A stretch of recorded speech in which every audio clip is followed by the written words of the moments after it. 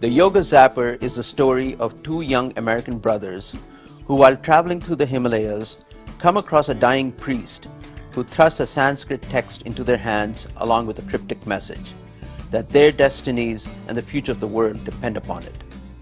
Little do the brothers know that this text is actually a prescription for time travel. In the midst of a deep conflict with each other, they discover its powers. This story has it all: fantasy, adventure, spirituality, and romance. Steve, the older brother, who has an intellectual approach to life, travels to the beginning of time. He falls in love with the beautiful Shanti and finally connects with his heart.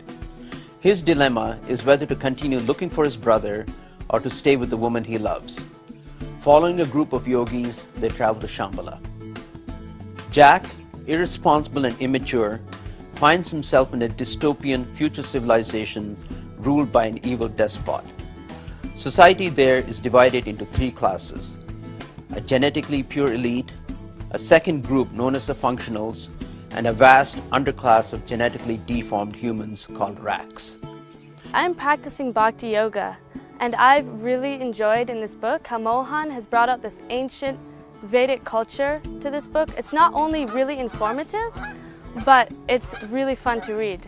Sucked into the intrigue and treachery of a civilization unraveling at the end of time, he's at last forced to become accountable for his actions.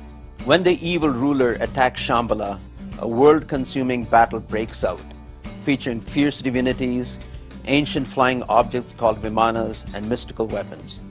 The dictator is destroyed, the earth renews, the wheel of time turns again, and the brothers reunite.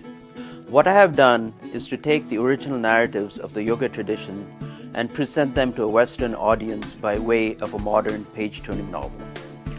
James Hilton, in his book Lost Horizon, mentions a hidden valley deep in the Himalayas named Shangri-La, a variation of the original Shambhala, whose inhabitants lead extremely long lives.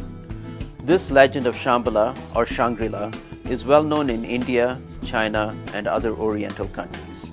I love adventure, both in real life and in books. I've trekked in Nepal and India, so I was fascinated to read about the original stories of those places. In Buddhism, a future bodhisattva, the Maitreya Buddha, is to come to lead the forces of good against evil at the end of time. In Hinduism, it's an avatar of Vishnu called Kalki who does the same. I think it's very important to bring out more Eastern mythology in the form of fantasy novels, just as Lord of the Rings did with Old English mythology.